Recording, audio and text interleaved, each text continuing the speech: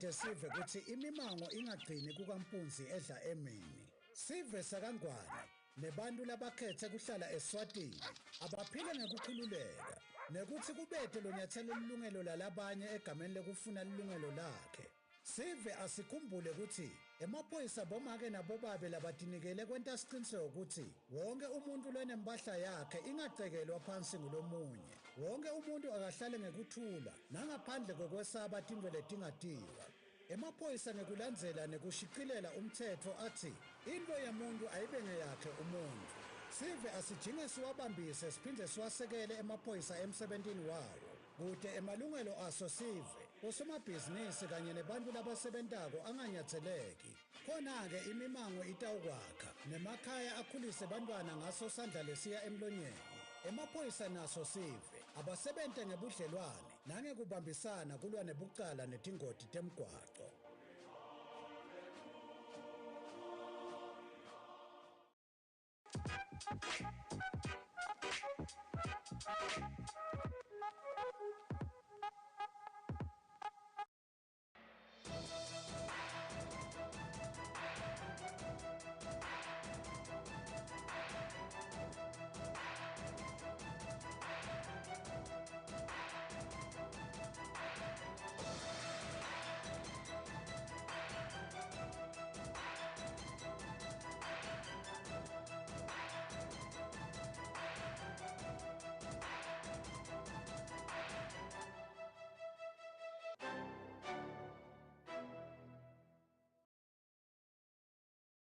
Good evening, viewers. Welcome to channel Yemaswati News. I'm Linda Shonga with your headlines.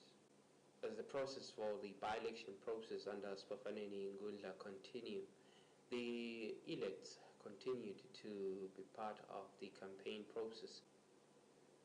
Mr. Mabarati and Pondo were up in arms as they are fighting over the issue of land in their community. A dispute broke out between the St. Joseph's Church in Zion. The members or the leadership is divided into factions.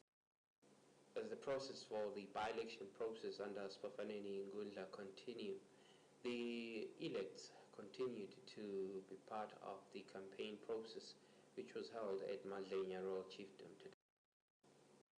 The MP elections campaign went underway today in Gangampalala Umphakathi under Sipofaneni Nkundla, whereby candidates delivered their campaigning speeches. A majority of the candidates were promising fast and effective service delivery once they are elected into office. The elections are meant to replace former Sipofaneni Member of Parliament Mduduzi Simelane, and his wife, who is among the candidates, stated she plans on working on the same objectives and mandates relayed by the former Member of Parliament. Sawubukile lo ukuthi isikhathi bani ngoba uthi nje babe ngigwabela kuqathulo lo kwendlalela lenkulumo ethi sigwabela kuqathulo ingeke mhlambe isho ngekuthi ngiyawube ngenda konke la kakwendile isho ukuthi asisuki phasi sicala la umhlonishwa agcine khona lokuhle la kakwendile singeke sikufihle singathanda ukuthi sisive sichubeke nako phela beka wethu lo muntu ngiko ke ngithi mina ngitektoma la ngakini ngingedwa nje ngalazwide ngeke ngende lutho nginesifiso kumbe la ngingefike eParliament nani ngangikhetha ngifike eParliament kuke ngifike ngikhulumise sibe nendlela noma ke uhulumende abe nendlela yokuwa engage lamaswati kukhulunywe ngoba noma kungaliwa kwani ngeke iphume le answer le emahlathini iyawuphuma ngekuthi nibuye nimaswati nihlale phasi kukhulunyiswane ukubeke ngebuhlaba mina la ngitokhangasela khona bakancamphalala bangikhethele singikhangasela kuye eParliament lengikubona la lokathi nje lomunye lesinye isikhulumi sifuna uyomela life bokunene charity begins at home ngiko bomanzini bathuthukise abantu bakamanzini mina nindangikhethe Sipofaneni ifocus itawucala ibela utawukhulumana ulambile sifuna kudla la inceka sisuthe kongikhani sikhuluma umcondo lo yaphambili mina lengithi namuhla ngicela kutoncusa sive sasenceka ukuthi uma singithuma ngiyele eParliament siyakudzinga ukuthi bekunene uhulumende simhlalise phansi sikhulumisane naye ukuthi kulobugudlugudlu obukhona eveni sicetha njani bekunene ngoba ngeke sikhone ukuqhubeka siye phambili sente tindvo emaplani zahulumende uma sive sinje silila sive sopha lobuhlungu lobukhona kulabantu benta ukuthi kude lokungenteka eveni. Sive naso sibe nelithuba lekuthi siphose yona imibuto kibo laba labathunywe yiso sive nemiphakathi lehlukahlukene ukuthi abawumelela lolu khetho ukuthi nakwenteka baphumelela elukhethweni yini lebatayenda ukuthi kuthuthukiswe sona sive sakhona esiphofanene. Shothi ngamanye amagama nelunga lethu lePhalamende lebelikhona asiliboni ngenxa yeliqiniso. Manje masachubeka make naleliqiniso lena batosana nabani labantwana. Itolo naphambilini sikwentile lokho basho bathi batobuya bangabuyi but itolo bekune slogan selidweba ndakunika lidweba mina ngengunika inhlandi angaliboni mina ledweba make ke siphi isiqiniseko nyalo lasishoko ngoba ngivanya ukukhuluma ngedicathulo kanti itolo lidweba akhulunywe ngalo ngangaliboni nyalo usikhuluma ngedicathulo yena usiye edicathulweni kusho ukuthi kubiyela kunaku la kushoko lilo sanza kuhlala phansi ukuthi naye mathi uyongena ecathulweni yabona hamba make ukhuphe ukuthi bagogo for 5 months bangaholi kawuzaso angekho siyabonga kusitshela kwekuthi utasibonela kuto tonke tinkinga lesinato site vele emanti ingabe mfana ngikhambule wena utakwente njani kulobulukhuni lotawuhlangana nabo kusisi. For Channel Yemaswati News, I am Nomvuselo Smelane in a report compiled by Kimberly Mavuso and Linda Shongwe in Gangampalala Sipofaneni. The Agape Foundation handed assistance to the needy and the elderly as they responded to assist those who are in need. Sanibonani babukele emakhaya nanamodla sijabulile silibandla lase Grace Center lelitholakala esiphofaneni kaMkhokhi kuleli viki sibe nesikhathi lesihle kakhulu labe sinetinkonzo khona leticale ngalesithathu titawuphela ngemgcibelo Ntsambama labe siyoshumayela khona livangeli la Jesu Kristu hayi ke asikashumayeli kuphela endzaweni yasemasokeni St Phillips labe sinaleti inkonzo kuphela kodwa siphinde saba nelithuba lelihle lekuthi phela sibonakalise luthando lwaKristu ngetendo leto tendo leto ke kube ukuthi sikhone uhlanganyela nalabadzala bogogo bomkhulu nalabo labeswele nalabadzingile kuyo indzawo yasemasokeni la khona sikhonile kubapha kudla sabuye futhi sahlanganyela kanye nabo ngekuthi sibaphe timphahla livangeli la Jesu Kristu njengoba asho Jakobe athi angeke wathi kumuntu hamba ufudumale ube ungakamophi lijazi ngeke futhi ubuye uthi hamba wesuthe ube ungakamophi langakudla leli vangeli ke la Kristu Jesu lesikholelwa kulo ngileli vangeli lelihamba netendo nasucedzile kushumayela ulibonakalisa nathi ke sibe naleli thuba lelihle lekuthi sibonakalise phela luthando lwaKristu kuyo indzawo yasemasokeni St Phillips la labe sikhona khona sibambe khona tinkonzo uthi ke babe wethu senior prophet TB Joshua ngaso sonke isikhathi asende isiqiniseko sekuthi siyabakhumbula labo labeswele sibakhumbule labo labadzingile sibakhumbule futhi labo le emphakathi bangathi babukeleke phansi nalo ke luthando lwaKristu lwehlela kulabo lengazuthi badzelelekile nathi ke siyambonga uNkulunkulu ukuthi asiphe lelithuba lekuthi sikhone kufinyelela kubo sibuye sihlanganyele nabo kubakhombisa luthando lwaKristu siyakholwa ke mbukeli nawe ukuthi usabukela phela lokhu kutawuba insaya yakho ukuthi nawe buka makhelwane wakho la uhlala khona utawubuta ke uthi how Grace Center ngabe ngibani makhelwane wami lithi iBhayibheli makhelwane wakho nguloyo loweswele kungendeka ukuthi akasiye wekukholwa kunye kanye nawe kodwa nakeswele luthando lwaKristu luyendlulela tincabekelwane noma imibandzela yetinkolo ayibuki inkolo kodwa ibuka ukuthi weswele nginako bese seluyafinyelela siyakukhutsata ke nawe ukuthi usabukela khuthateka phela bese soyamfuna nawe makhelwane wakho. Hawu ngiyatibongela mprofeti Nkosi yami ukuthi ngithole lithuba lokuthola letinto lesitholile. Ngiyabonga kakhulu nangemuso ungagcinwa. Ngibonga ngiyacicima ngoba bengingakakubhekile lokukhulu okusendele kona. Nangemuso ungagcinwa mprofeti wami. Ngiyabonga egameni lika Jesu. Amen. Igama lami Wilson wakaphakathi. Awu siyacala incala kuvela kuyibona ukuthi kanti uNkulunkulu mkhulu kangaka emhlabeni uyothola sipho longazange usithole ungakasicapheli ukungadi nekwadi emafutha kabishi irice emaphushini timpahla kangikhuluma Nkosi yami ingabe wena uthethephi uNkulunkulu umkhulu yesabeka kwandisele mprofeti Nkosi yami singatibongela ngingulsini ngingwakaphakathi. Amen. Sibonga lokho nje ukuthi uNkulunkulu asibusise kule ndzawo yakithi emasokweni ekuthenini asilethele lisonto lelinemusa kangaka lilakelela abantu labadzala linakelela abantwana. Amen. Hallelujah. Ngiyanibingelela bazalwane. Amen. Mina igama lami ngibhadesi wakadlamini Sibongo. Ngitobonga kakhulu ngoba sengafa kudla emahala lamhla ngidawudla inyama kaze ngayigcina inyama msalina. Misuka ngomnyaka lophelile ngungisimusi mina ke ngisanga nje nebantwana ngimfelekati ngasana nebantwana ngiyabondla ngibenta konke kephana ke kuloku sithole kudla namhlanje ligundvele ngeke lisenci sithole kudla phela thole okwembatha phela ngiphelele nje lo ngilakude lokushiya ekhaya ukuthi yalo ngikhenga khona ukuthi ngishintshelele siyabonga kakhulu. Amen. Siyabonga bazalwane. Ngaphalala mna majopa ligama ngibonga lokhu lesipho engiphiwe sona nebukwanda labathathe khona naloku bathe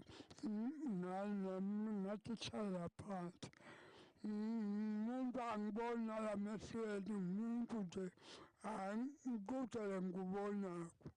Ngibonga nje lesipho labangipha sona. Ngiyabonga ke bazalwane ukuthi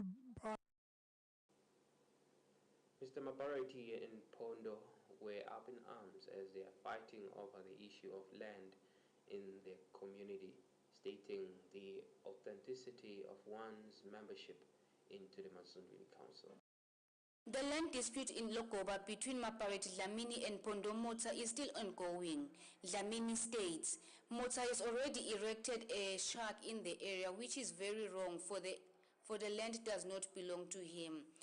Pondo akatalelwa la akazange nje asatalelwe la watalelwa levusweni bamba balenzawo lenengosi yochethele sive yabani yakithi isilogoba lenza umthetho walendzawo le yabona lo mfula longale uhamba uthi nje bo RA basayofuna le map ngoba basikholwa thina uthi hamba kanjani hamba yokukhuphuka lapha eshaya lapha embuleni ithi yongelela usushwana isuka usushwana ithi tophuma la e-airport ithathe manzini beka wakamotha naye thathe manzini iyojika le etulu le thathe lo mfula umzimnene uthi utoshayisa la inyona iphumule lo mfula lo kwakalogoba lo shothi akusiko nje kwaphoka kamotha akusiko noma longathi nyalo asabalethe bonke laba kamotha abatomkhazela kude walelani ngenkosi esinaye makathe ngisaphela nidle nobabili entweni yakithi esengidla nawe khulumo justice esengidla na uganga phela lapha yena wathi ugijima ulanza i-court order 2013 solo sawabamba lo kwathiwa asime singathinzi lutho la yena kwathi 13 wathi 14 15 waqala walima ngale kule passage la elisho lendazi wali ahlalima khona lima till kenyalo thina nje solo sema naba ke nkosibani sebakhile la uthini kuphi la ngeke laba vesta bacela nje nyahle ngesihle ngoba bathi ngathi lisonto leli sithi sicela bobaba nikhweshe nathi sinabo abantwana ngoba nasesithi ayiphakwe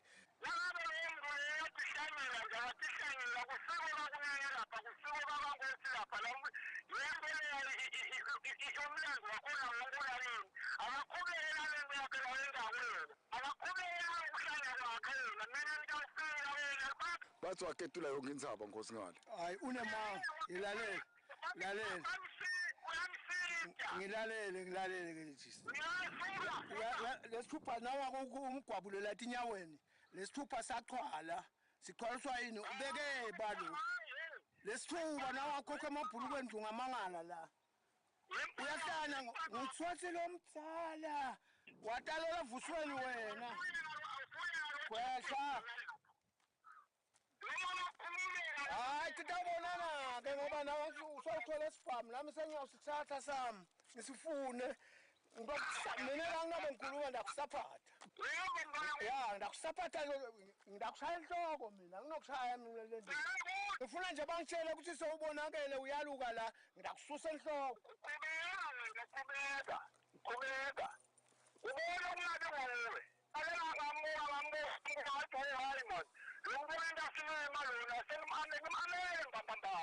hey ngifuna ukukutshela nalamasotsha lowawaletha le afika kimi ayiteka yonke indzaba wena nje ngidakuthatha enhloko phish Dlamini insists the land in which Mota built his property belongs to him and he will fight tooth and nail to have it back. For Channel Yemaswati News, I am Nomvuselo Smilane in a report compiled by Justice Dlamini in Matapa. Two vehicles were involved in an accident along the Mbabane-Manzini highway near Elangeni. It is stated that a female driver who was driving a Mazda 3 that is blue in color fell asleep while driving on a highway after she attended a funeral. As she responded to the police that she was from a night vigil, fell asleep while driving, thus causing the accident. This accident happened at a freeway from Babane to Matapa, whereby a female driver failed to control her car, drove off the road because she was fatigued. The lady drove a Mazda 3 that crashed into a Chevrolet vehicle, leading to the horrible accident. Traffic police stated, luckily no one was badly hurt, for they all could walk properly. She warned the public to stay away from driving if they are not feeling too well or tired, but they should instead park their cars, get well rested, then continue with their journey. wabese so akasadibha uvenje sekashayisa lama-gadres wabese ushayelisa kabi ke lo we-Chevrolet bekazama kuvika yena lokusazala imali. Yes, lapha abagibeli-ke babili lapha kule Chevrolet uma kwakakhe nababa wakakhe. Ngabe kunganani kulimala kulaba levu basemgwaqeni? Akusibo labalimale kangona bathinzekile bathi nje akubamvula abangeke baze ba-admit ngikubuka lokho ukuthi naku bayakhona nokutihambela sebabasetile nalaba ka-977 ngoba ngibona lesibakhanzela kusini. Singathini isexwayiso senu njengamaphoyisa kibo bashayeli? Singasho nje ukuthi Nkosi yami umfuna kadiva nje ukuthi bekashaya noma bekalinzele noma bekake mhlawumbe-ke uyadiva kuthi unebuthongo kungaba kuhle lokusimana athathe nje kulalalala lawo ma-hour lawo mabili kungaba kwenele kunokuthi ungathi ucetha umlinzelo bese sovele uyahlaba indlela. She also stated the right speed limit for a freeway is 120 kilometers per hour. For Channel Yemaswati News, I am Nomvuselo Smelani in a report compiled by Linda Shongwe and Kimberly Mavuso in Matapa.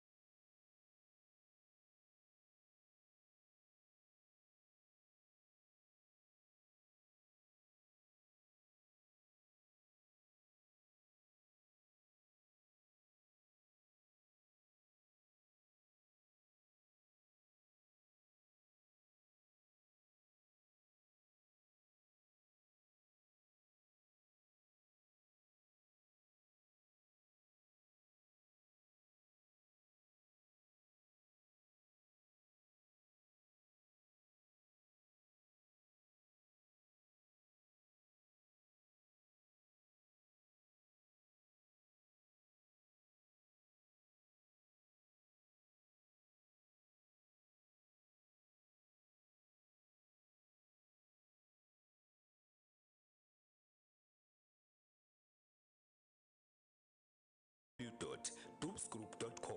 Doobs Herbal Shop, traditional values, modern principles.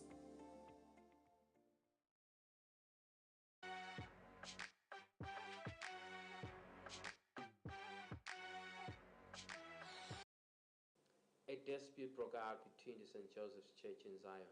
The members or the leadership is divided into factions, which now the other faction is blaming one for breaking into the church, which they all own and they call it home.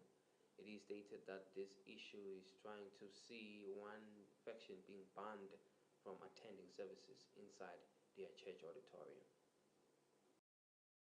The dispute at St. Joseph's Church in Zion based at Hugwini has intensified.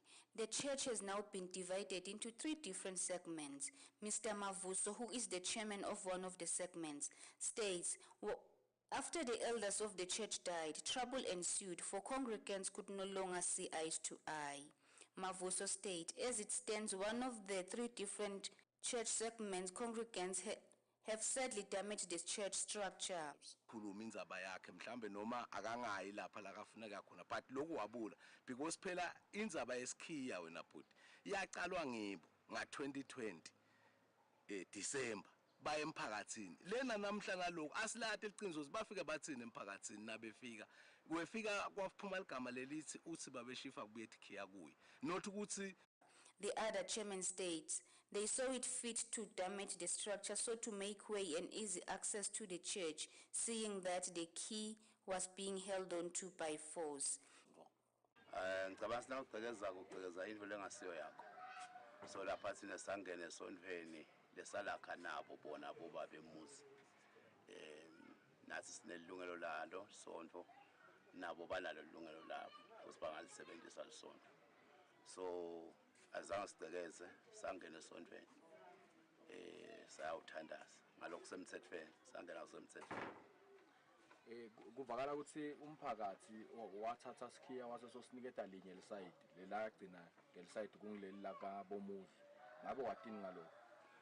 The chairman further stated they wish to sit down and talk in a civil manner, work towards a solution for their infighting. For Channel Yemaswati News, I am Nomvuso Milane in a report compiled by Kimbali Mavuso and Linda Shongwe in Mbabane.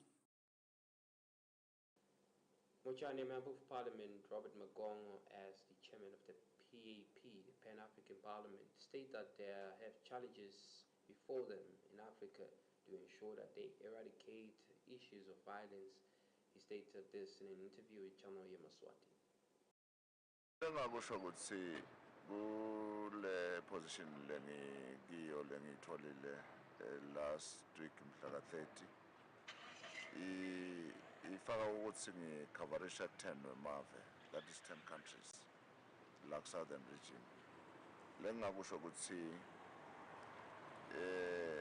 president wethu lokhethiwe manje ushido ukuthi ucela sakhe i-unity kule region naka Pan-African Parliament as a whole, because into besisengekho leyo. So sitawuzama nathi siyi-region lokuthi simobilizane, sihlangane, sakhe lokuthi asibambane sisebenze umsebenzi wembili.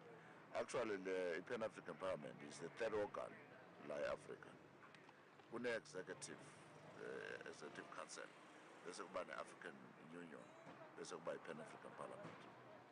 So it's a very senior organ yaka Pan-African Parliament.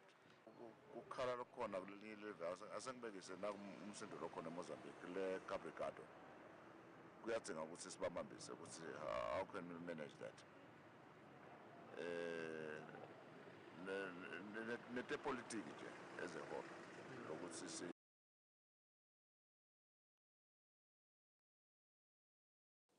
The Angelo Foundation today visited the Mbabane Hospital and the Children's Ward, where they donated food hampers to children who are facing different sickness or being treated for different chronic illnesses. Angelo Chronic Foundation today donated food parcels to children kept in Ward 6 at Mbabane Government Hospital. The foundation is still relatively new and was officially launched yesterday in Manzini. The initial founder of the foundation, Veronica Koranteng, stated it was in honor of her son Angelo Koranteng, who sadly died on the month of May due to a chronic kidney disease called nephrotic syndrome.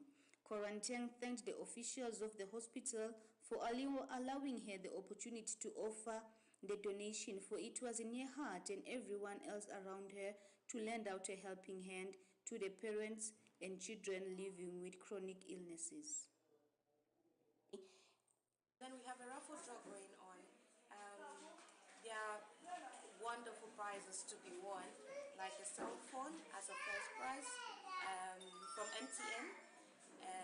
We have a dinner for two from courtesy of Ocean Cuisine, and then we have a 1,000 Rand voucher courtesy of Affitrade company at Pick and Pay, and then we have a full body massage from V-Spa, and then Prestige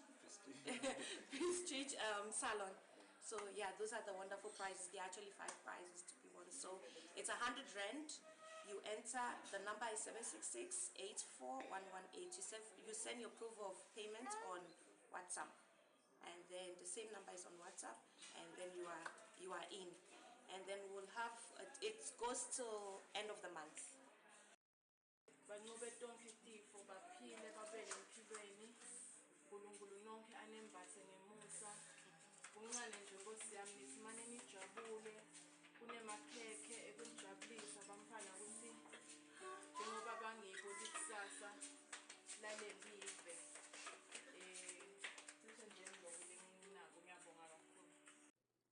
She also stated they plan on visiting almost every hospital in the country, so to continue offering support mentally, emotionally and psychologically to both parents and children living with the diseases. Koranteng also pleaded with the doctors and organizations to join hands in making the foundation a success. She closed off by stating they have a roughly draw lined up whereby great prizes will be given away and the money raised will be used to continue doing this great cause. For one to purchase the ticket, they can call 7668-4118, 7668-4118. For Channel Yemaswati News, I am Nomvuselo Similane in Mbabane. Mr. Nkomonye, who owns a security company at Mahala in Matsapa, stated that he was nearly scammed over 100,000 in Malangeni by known people who stated that they represent an elder or a senior member of ESWATINI. Mfana Wenkosi Nkomonye from Matsapa had a lucky escape after some random people who claimed to be members of the royal family wanted to scam him out of his money, stating they will provide him with a stable job. Ngomane, who works for one of businessman Tom Kirk's companies in Matsapa, stated they had made arrangements to meet on Friday and something seemed off about the meeting, which is why he decided against offering the money in exchange for a job.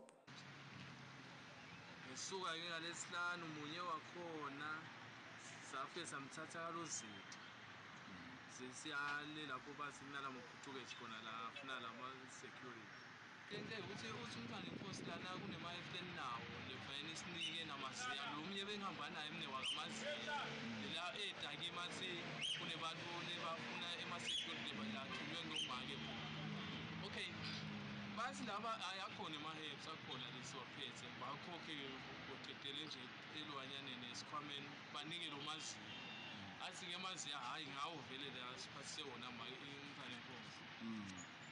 Okay, sisuke khona lapho athi-ke lo mntwana enkosi akababute lokuthi ba-expect-e ukuthi abathengele ngamalini lama-herbs. Bathi-ke bona wothi lawa oyi-2 sigadze ukuthi asithengela nga-320,000. Abuye lo secretary nalama-herbs sewuphethe nale mali lo 670,000 fake esikhwameni. uyayibona wena la ngetulu ngawusitsho sibe ngasima ngwa la ngetulu bebabeke nje 200 rand bamrephe ngerasti uvele la sikhwame nje sikhwama lesikhulu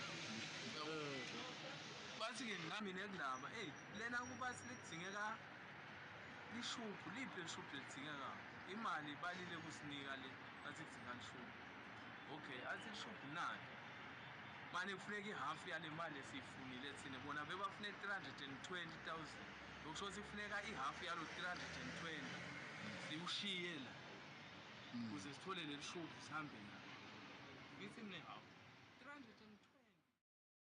Recapping our top stories to in English news. As the process for the by-election process under Spafaneni Ngundla continue, the elects continued to be part of the campaign process.